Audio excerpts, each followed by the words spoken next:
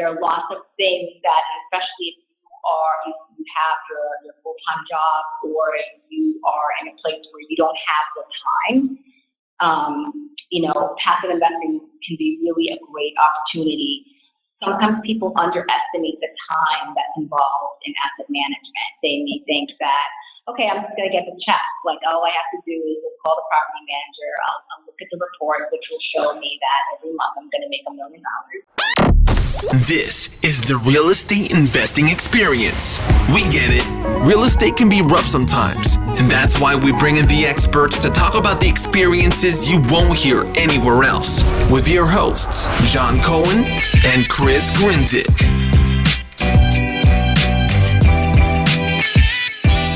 What's going on, guys? Welcome back to another episode of the Real Estate Investing Experience. I'm your host, Chris Grinzik, and with me as always, John Cohen. John, how are we doing, bud? We're doing good.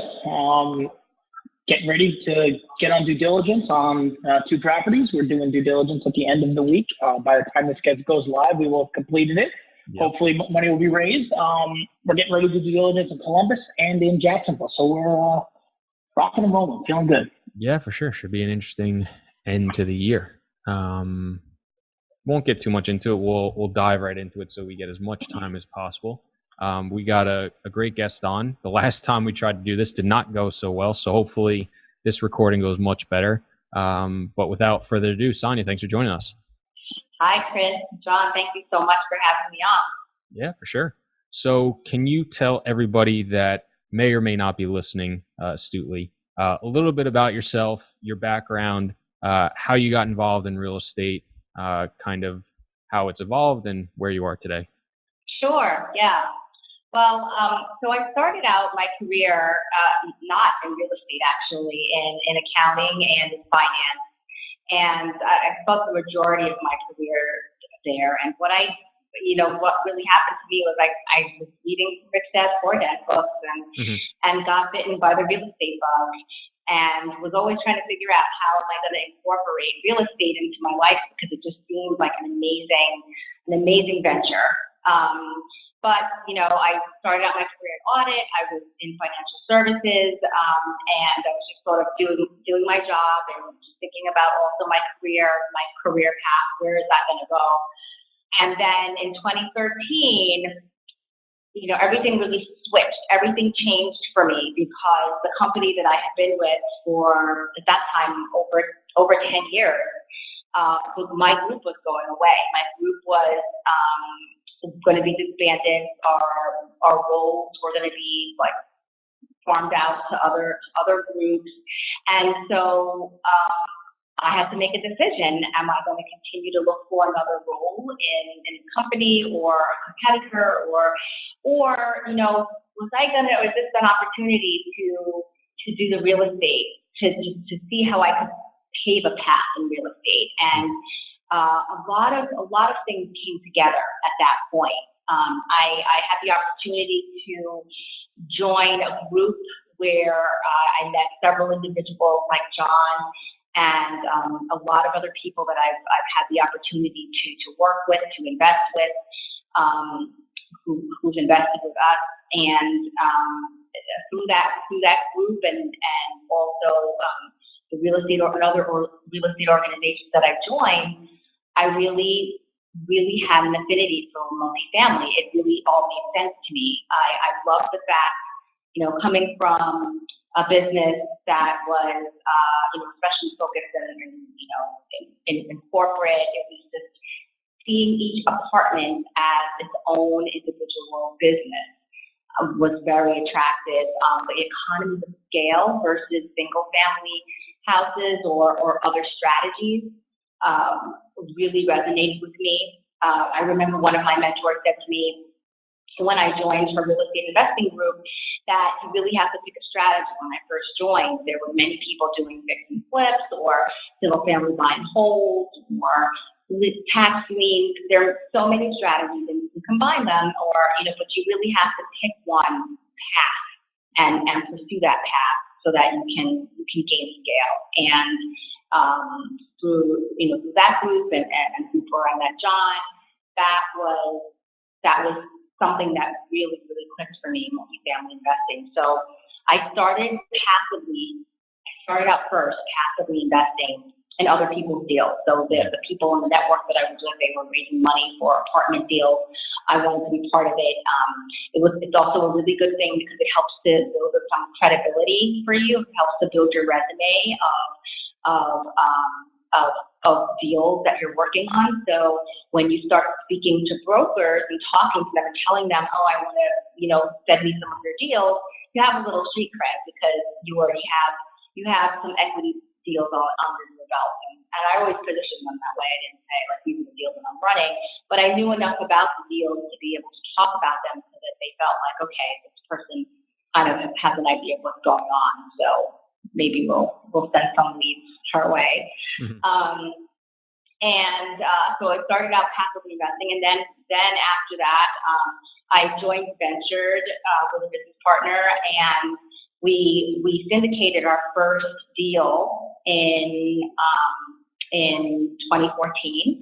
Our second deal in 2016, and then we sold that first deal in 2016 as well. And in 2018, we purchased another property, and we just closed on the property just a few weeks ago. So we've syndicated 4 deals, ranging from 48 units to 174 units, and focused in the Georgia and primarily in Atlanta market. So that's what I think is really awesome. You've gone full spectrum. So you started in corporate America working a very I don't want to say this wrong, but a very normal job. In the accounting world, there are a lot of accountants.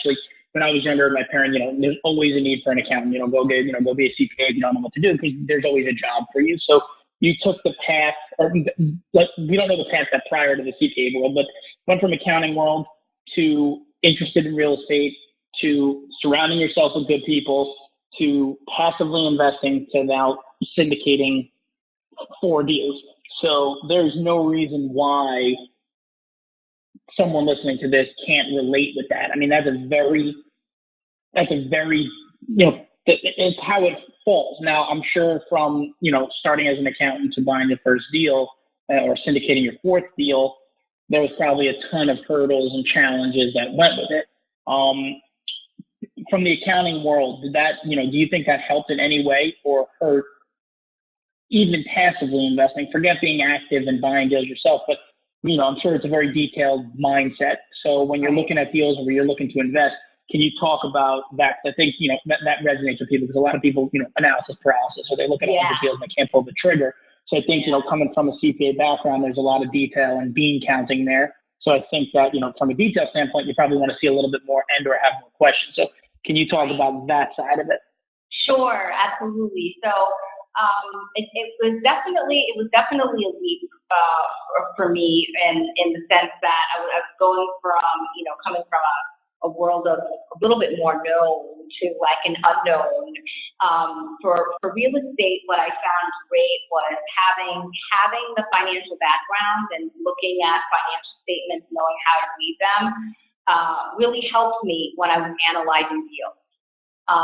Sometimes, though, of course, I tend to be very much in the weeds and pretty detail oriented. So a lot of times, and also conservative.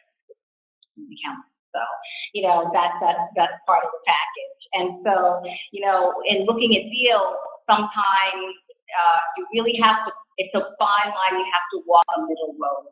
In our first few deals, we built in a lot of that conservatism because that's just, it felt it called for it at the time. But as you started looking at more deals, you realize, okay, there are some assumptions that you have to make. You do your work and you do your due diligence, but some of it is also, when you go to the property, when you look at the area, you also have to get a good feeling of what you're looking at, what you're investing in, and it's good to have a counterbalance. If you're very analysis paralysis, it's good to have a counterbalance of someone who can also look at the bigger picture and say, well, maybe we don't need to be that conservative with this, or maybe there are ways for us to look at this differently. And on the other side, it also helps,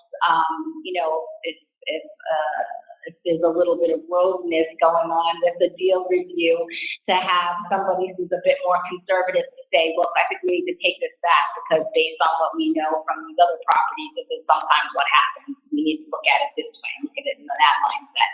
So it's good to have a balance. It's good to have team members around you that can give you that balance. So I think that's where I know Sonya's partners, and at some point you got to have them on here as well, so everyone can introduce them and meet them. But I think that's where they do really well, because I know the conservative side of it, I know the little bit more aggressive side. It's not unsimilar to our business. My partner, he'll sit in front of a spreadsheet for hours, and there's a part of real estate that you have to go there and see the property, and there's a part of real estate, no matter how good you are at analyzing deals, there's a physical component to it, you could get on site, everything's great and the numbers don't make sense. You can't, there's no numbers that are going to make a deal make sense, and vice versa. A deal can make all the sense in the world on paper and you get there and it just doesn't work. So I think that, having that in your bag of tools, that detail oriented helps. It can hurt, but with surrounding yourself with the right people, which I think is the most important thing in this business, is surrounding yourself with good people, like-minded, always educating yourself.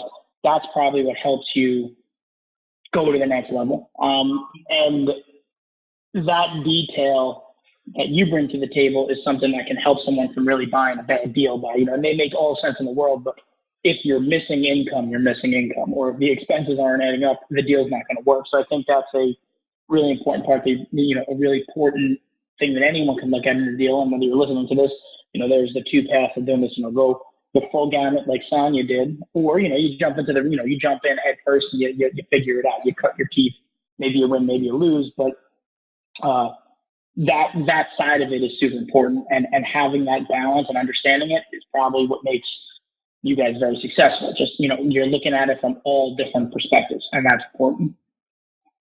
Yeah. I mean, to your point, a lot of times the numbers can tell you, the numbers will always have a story, right? And sometimes the story is, what you want it to be sometimes, right?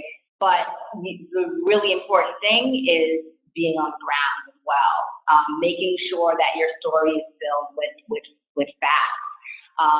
One of the deals that we looked at was just like something that you said.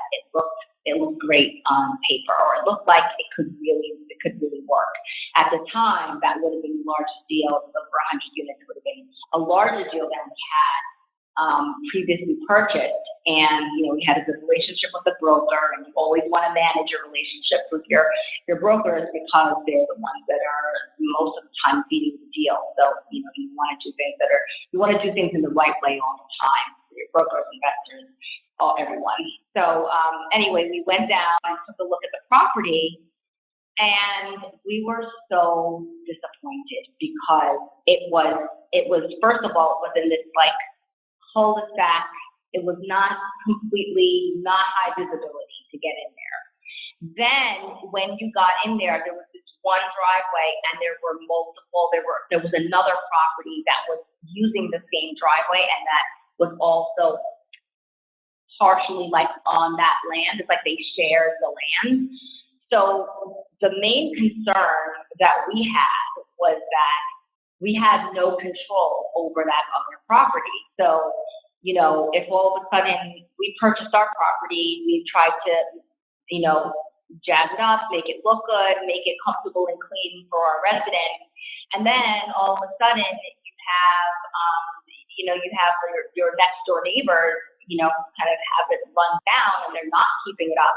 It affects people wanting to live at your property. Mm-hmm. So the fact that even though the numbers looked good,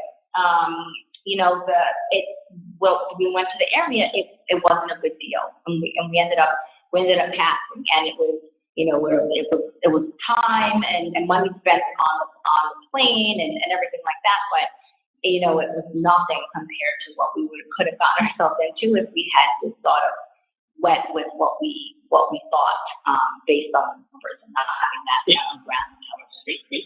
It's funny you bring it up because the other day, you know, I think I was with Chris, and I don't know where we were. We had a lender, one of our small balance, a Freddie Mac lender, who sent us an email. A guy was looking to do a deal in Columbia, South Carolina, and he knew we were pretty familiar with South Carolina. So I said, do you know anything about this area? And I was like, it's, you know, Columbia, it is what it is, right? There's not a growth story. And his exact words to me were, and I you know, I can basically quote it, but the borrower sent him the email trying to get a loan, and he said, it pencils out on paper, I really want to buy the deal. The borrower had no idea about location. He never toured the property, and he was just going guns blazing on it because it made sense on paper. And I'm sure the property you guys looked at that didn't work when you got there is probably a C or a B class asset, probably closer to a C. And that is more important than, you know, going to see that and sharing a driveway with another C or B class property. You can't change that. And if it's a safe, clean, affordable place to live and they just slumlord it, you know, you're going to be right next to the slumlord forever. And that is, you know, it's never going to work. So just so the deal makes sense, whether your background is detail oriented or you are more, you know, on the fly, I'm going to go buy this. I know that, you know, that tour saved you guys a whole hell of a lot of brain damage just because it pencils out. And you may look for a 20% return and it may hit that on paper. You know, there's a reason why it's hitting that, and you got to go see it and you got to get that feeling. Yeah, you absolutely do. And sometimes, you know, once you start building a lot of relationships with people in the market, that was, you know, when we were newer to the market, but you can find people who may be able to go and tour properties with you or for you. Sometimes you could ask your property manager to do that, depending on the relationship that you have with them. But real estate is, I mean, these properties are at a location. They are physical and they are somewhere, and you have to be where they are to really understand what's happening with them. And so what you can never overdo is market intelligence.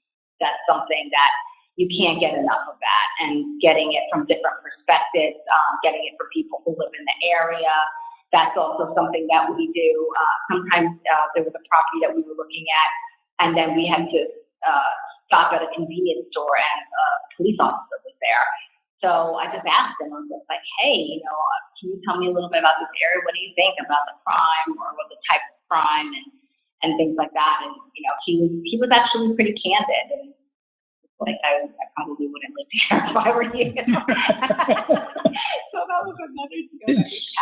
But that's, you know, that's coming from the truth in the market, right? Mm-hmm. No broker is going to tell you that a police officer doesn't want to live at the property. Right. No, you know, even property managers might lie about that and say it's a good area. But, you know, I tell people all the time, you want to find out what's really going on in the market, go near the property, go to the nearest retail center, walk in there, see who's there, and then start talking to people. And, you know, talk to the owner of the store if he's there, talk to the employee, talk to the people going into the store, because they're going to tell you the truth. If they're shopping there, they probably live close to the area. And you could just ask them, hey, what's going on here? You know, how's it at nighttime? Whatever you want to ask them. And those people, there's no licenses in place. They don't have to worry about, you know, telling you the wrong thing. They're typically going to tell you as close to the truth as possible. They also are going to see things first. You know, if they say, well, they're building 2 new buildings right next door, and they're going to know stuff before the market knows it for the most part. So, you know, when you speak to a police officer in the area and he says, you know, nah, this isn't for me, that, you know, that raises an eyebrow. And that could be the deals that you go after. There's nothing wrong with those deals, but if that's not what you were expecting, right, you know, there's a whole other issue there. But I think another thing that, you know, people need to hear or have to understand here, because, you know, Chris and I were in the office today and we were looking at another investor's deal. He was showing us a deal that he was thinking about investing in, and it just makes no sense on paper. I mean, it's just, it's borderline criminal what the guy's doing. Because it just, you can't make the numbers add up at all.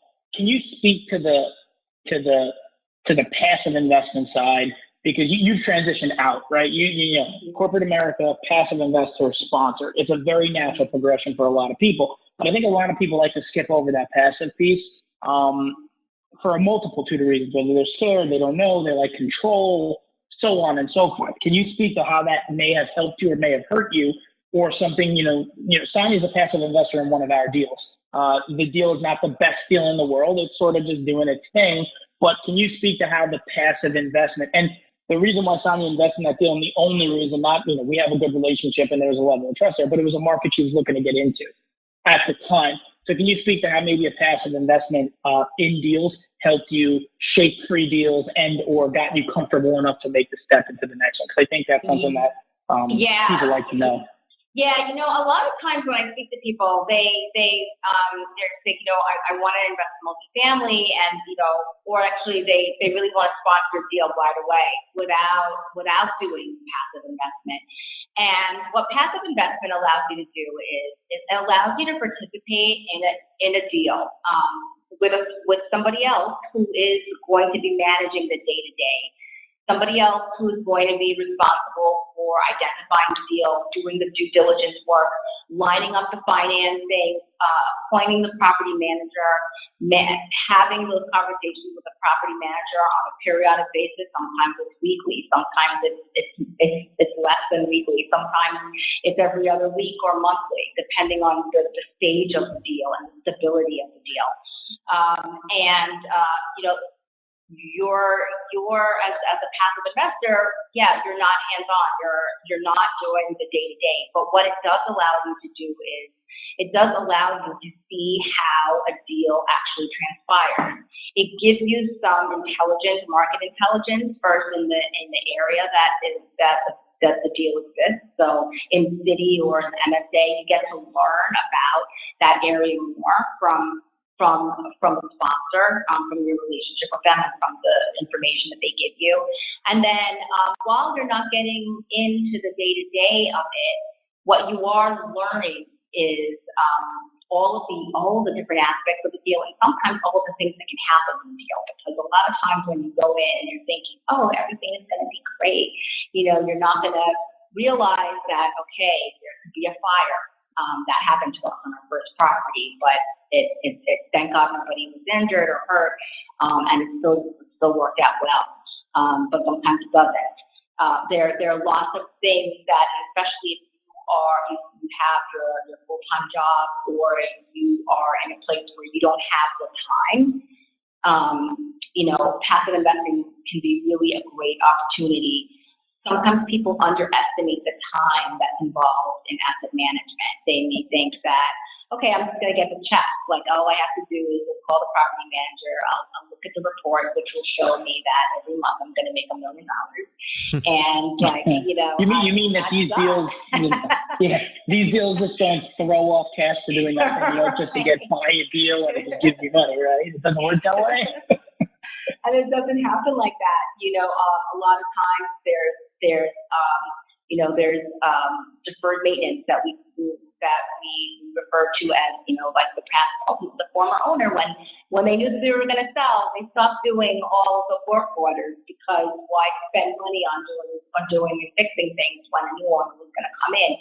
You have to address those immediately.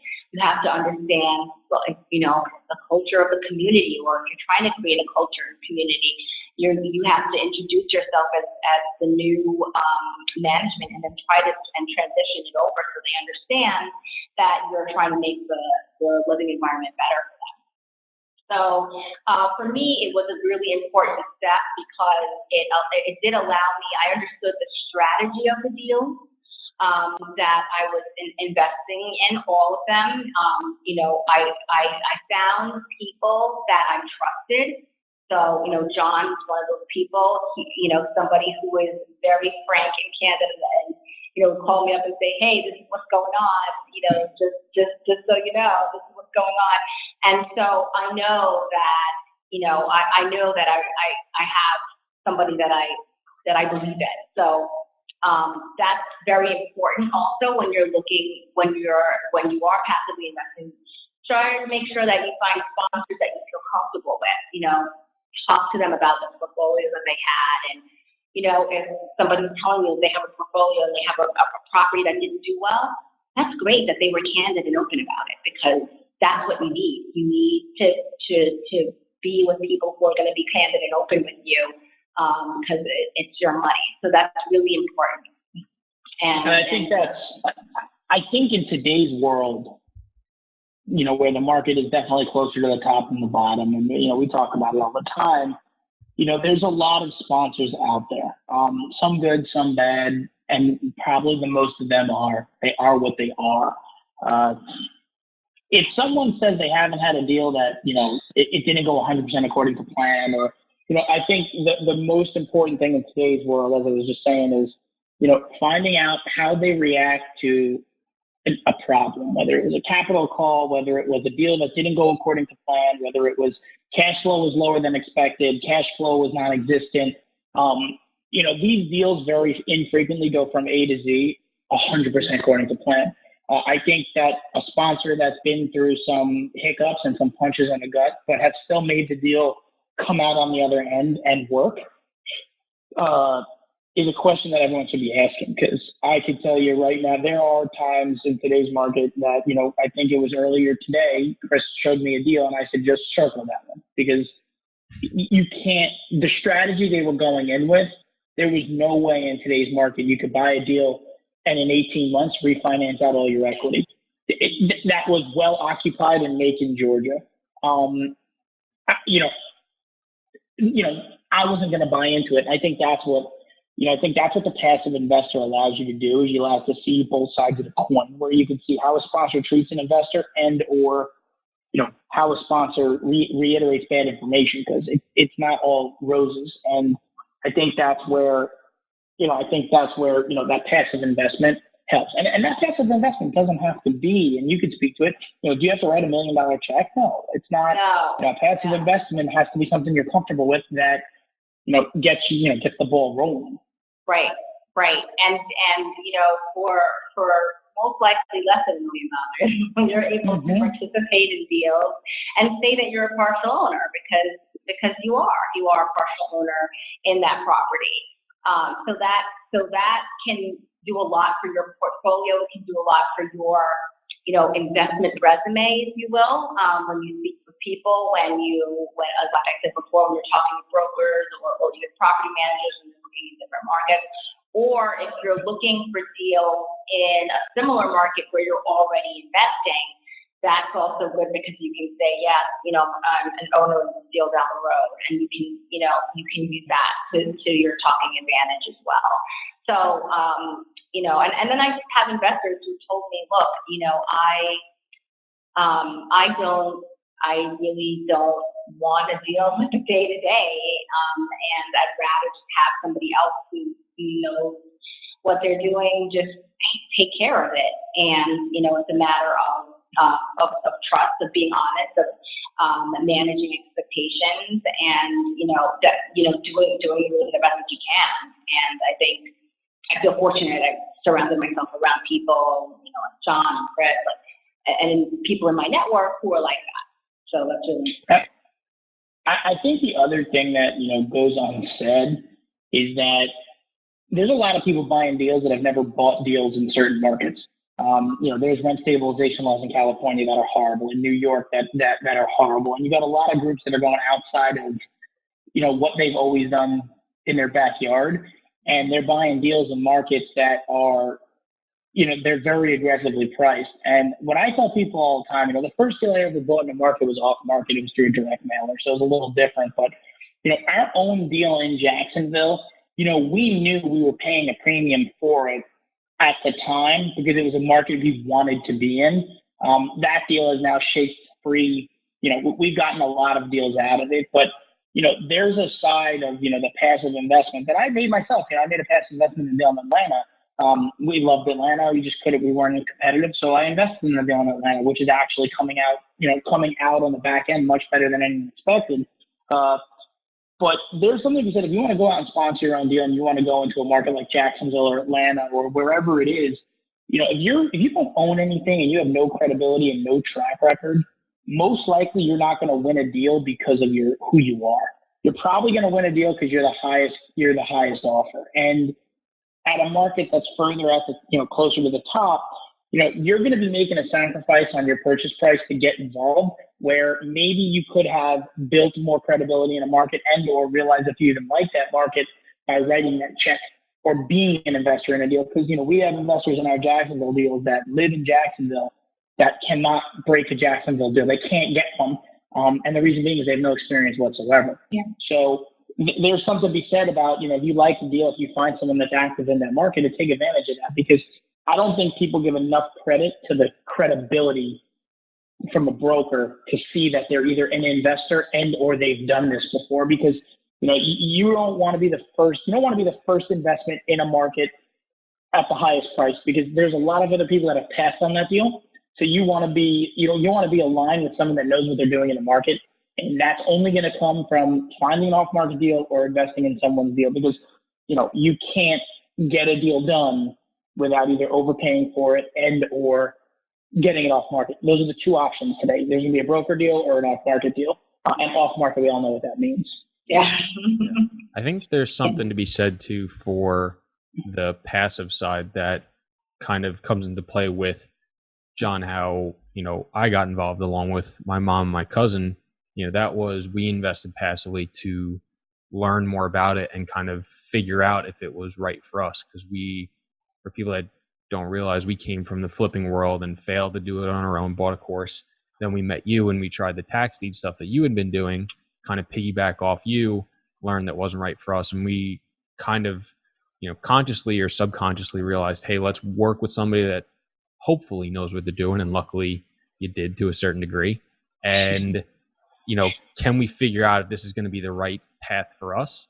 And then I think very interestingly as well, I think being passive and then trying to learn more as you go, you're going to realize at some point whether you should continue to be a passive investor or switch over to the active side. Because if you look at me, my mom, and my cousin, I'm the only one really still doing it in any sort of active way, where my mom got involved actively to help myself and my cousin, and she was always going to go back towards the passive side.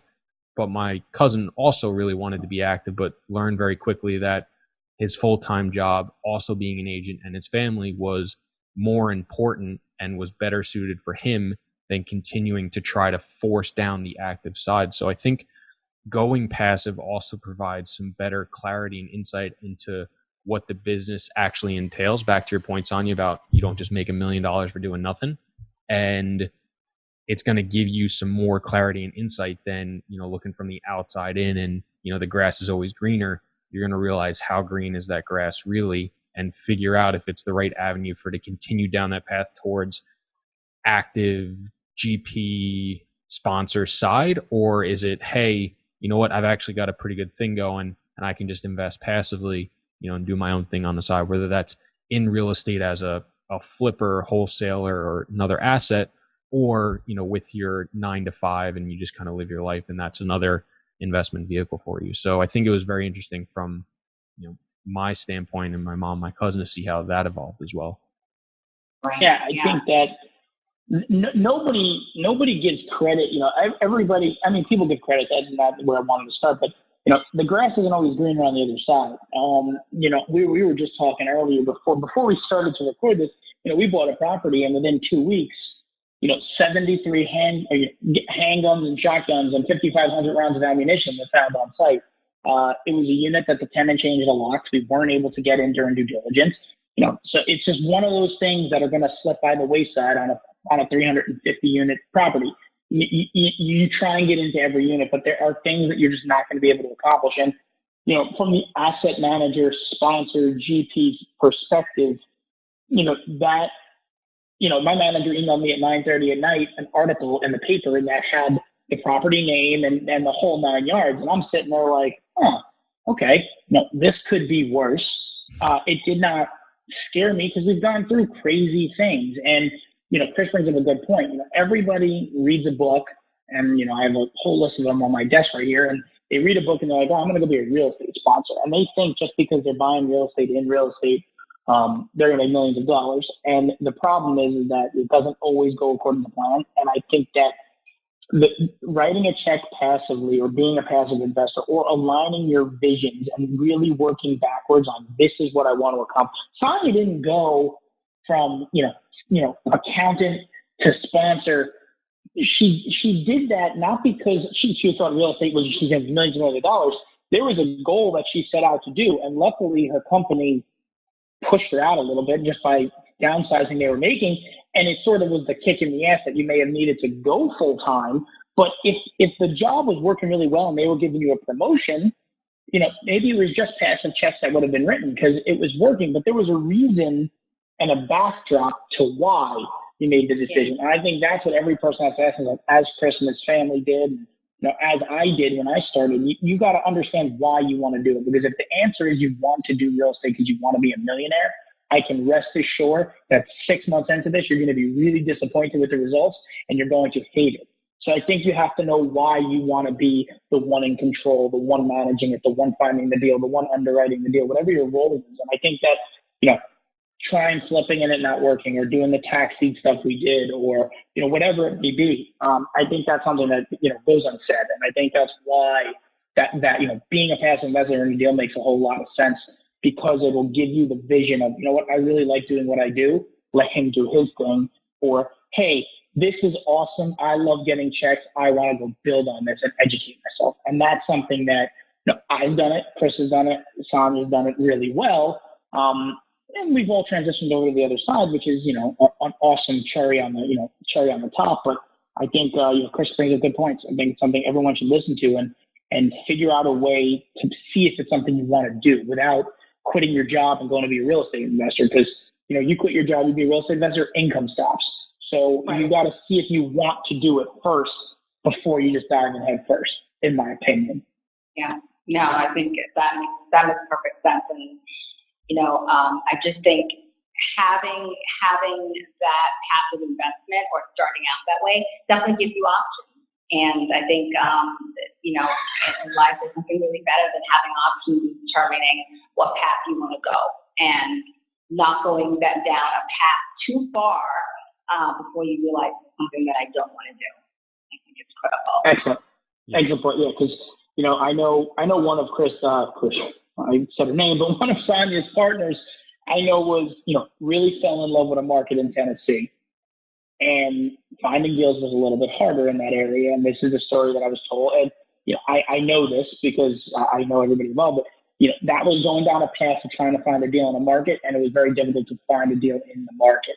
That's just like being a real estate investor. You go all the way down that path. It could be 3-4 years later. You went from fix and flipping to tax deeds to retail to multifamily to office space. Next thing you know, 4 years later, you haven't done anything. And I think that, you don't want to go all the way down the rabbit hole. You want to leave your options open. So if you find something that you like, you can attach yourself to it and educate yourself. And that's what, I know Sonya's done really well. I know Chris has done really well. And I think it's something that people need to hear. And people don't talk about that component of it. Everybody wants to be, what's the best deal you did? How was it? How great was it? Oh my God, it was amazing. It was a 1,000% return to investors. That's everything that's out there in the marketplace. No one's talking about the truth behind it, which is, hey, make sure it's something you want to do before you do it. Because, once you go back, it's hard to, you quit your job and then you try and do it again. And you're back to where you started. Yeah. I'm actually really happy you just kind of looped back to where you just came, because I was debating whether to go back to when you were talking about, business plans and things going well or not. It's really interesting that you brought that up, because I don't know if there's ever a deal that we've bought that we've had a plan that has gone 100% according to what we set out to do. And not necessarily even from a bad standpoint. It could be we actually improved upon it in a positive manner as well, not just a negative manner. And when you were kind of talking about that, one of the thoughts I had was, if I was a passive investor, I would almost prefer to see from a group, not the deal that made X percent or X amount of returns. Knowing what I know now, I'd be so much happier to see the operator that took a business plan and had to change it for some reason and still made money, hit projections or exceeded projections, because I think that's way more valuable than the group that 100 times out of 100 came up with a plan and executed that plan to a T, because I would almost bet that 101st deal they do is not going to go according to plan. And if they don't have the experience to change and adapt, that makes me more worried. So if I was passive, I would almost be having the wherewithal, the thought process of, okay, where have these guys messed up, or girls, and how did they overcome it, and what was the outcome of that? Because I think that's almost more important, or equally important as to where you buy the deal, because I think that can make or break a deal, a sponsor, or an investment. Sonya, the first deal you sponsored, it was a phenomenal deal. The deal crushed it.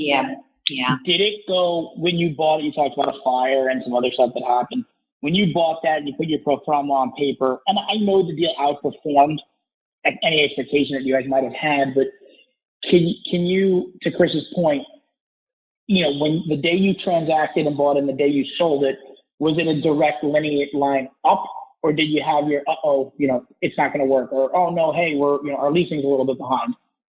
I'm sure the answer is yes, but can you talk to that? And it doesn't have to be super detailed, but just, to Chris's point. Yeah. So when we first found the first deal that we did, it was a 48 unit in Atlanta. We knew it was in a niche market. It was in an area that was a population that was a refugee population. So people that are here legally, but they were coming from different, countries and were fleeing situations that were pretty bad in other countries. So we knew that there were some people that made them scared of the deal. But for us, we thought that would be an opportunity. As we had the deal, it did perform really well. I think overall it did perform well. There were some hiccups that happened, like random things, because you have people who have different cultures and they're just trying to learn how to be in the U.S. We did have small fires that happened on the property occasionally. Fortunately, they were contained within the unit, so it wasn't a broad fire. But right when we were looking to sell the property, someone left a candle on in like a closet or something like that, and totally blew out. Like a quarter of the property was like impacted by it. A few units severely impacted, some less damage, but that whole there were a lot of units that were impacted by the fire, and it was terrifying for us as owners because we were very concerned about the safety of the people that were there. So we were really happy that everybody was okay. Fortunately, it wasn't our fortunately or unfortunately, it wasn't our property manager's first rodeo with this. So they kind of knew what to do, and my business partner, she was on the plane right away to assess the damage, to understand what was happening on the ground. And what we had to do was follow a different path. At this point, we were just literally about to sign a contract to sell, and we decided, we're going to hold off on selling. We were going to fix the property. And now that was a whole other path. We had to work with insurance. We had to work with the contractors. But it also gave us an opportunity to upgrade the apartments in a way that we never thought we could. And we ended up getting rent that we didn't think was really possible. But it was with the upgraded unit. And the first unit was actually rented by someone who actually lived on the property and was willing to pay more to be in a better looking unit. And so the value story was there. And then what ended up happening was the same seller came back to us months later because he was still interested in buying it, even though we had the fire issue. Now, of course, it was going to be purchased at a discount, but kind of like, we'll take it off your hands. But, my partner decided, no, we're going to fix this. We want to see it through. We want to go through this path. And fortunately we did. And, because we did prove the value story, he actually ended up paying more for it than he did prior to the fire. So, that was a lot of stars aligned on that one, and we're really thankful for that one. But that doesn't always happen. And like I said, throughout the whole, there were some times where there were just these random accidents, like the apartment buyers, or somebody ran their car into a part of the building, which you wonder how these things happen. But you get through it, and we made it out on the other side as well. And see, we have story after story. We bought a deal. We thought it was going to be a legacy deal, and we ended up turning 80 units in a year and getting a way higher rent than was ever expected. It's just these little things happen. There's also the other side of the coin where they don't, it's all bad news, but the market helps. So, but that's the point that Chris is making. A story like that is turning lemons into lemonade. You're going to sell a property. The investors are probably thrilled at the potential returns that could have been made, and you get a fire the day before you're supposed to sell or decide to sell, and your emotions are probably like, uh-oh, what are we going to do now? And those are the stories that people don't accentuate. Now, this one came out well on the other end, which is important, but knowing that there's operators that can pivot and fix problems is to Chris's point, more important, because, the guy says, yeah, everything goes according to plan 100% of the time. They're lying. I'm telling you, the deal may go according to plan by I bought it at X and I sold it at Y, but it doesn't mean that the trajectory and the path it took to get there was, I don't want to say accurate, but you've got to be able to pivot. And I think that that's what the part of this side of the coin that people don't realize is that, your pro forma is only as good as the paper it's written on. You have one bad month, or you evict more people, or you're doing a big takeover and you didn't expect occupancy to drop, that will hurt, but you got to be able to reiterate the message and then stick to your plan. And that story Sonya just said is probably the best way to end it. It's just that right there is ultra important to realize that you've got to be able to pivot and you've got to be able to adapt on the fly, because things are going to change, and you got to be able to realize that and make the proper decision, or a decision that results in positive. Right. Yeah. Well, I remember when we were pitching that deal to investors, somebody on our webinar asked us, are these numbers guaranteed? Are these numbers 100% accurate?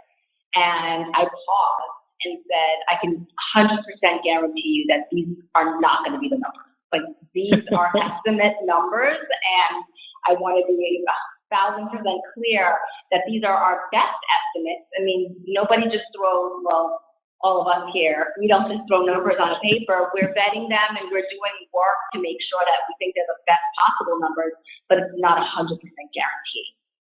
Yep. And that question, we're raising a couple of dollars right now for 2 deals. And I literally had an email today, super experienced investor, very good friend of mine. He's a fix and flipper in Connecticut. He's got really good relationships. He's been trying to get into the multifamily world and hasn't been able to. So he just said, hey, maybe I'll invest in one of your deals. And he sent me an email today, and the question was, is anything guaranteed? So the only thing I can guarantee you is it's a real estate deal. It may work, it may not. If it doesn't work, the bank will take it away from us. If it does work, it's going to be really profitable.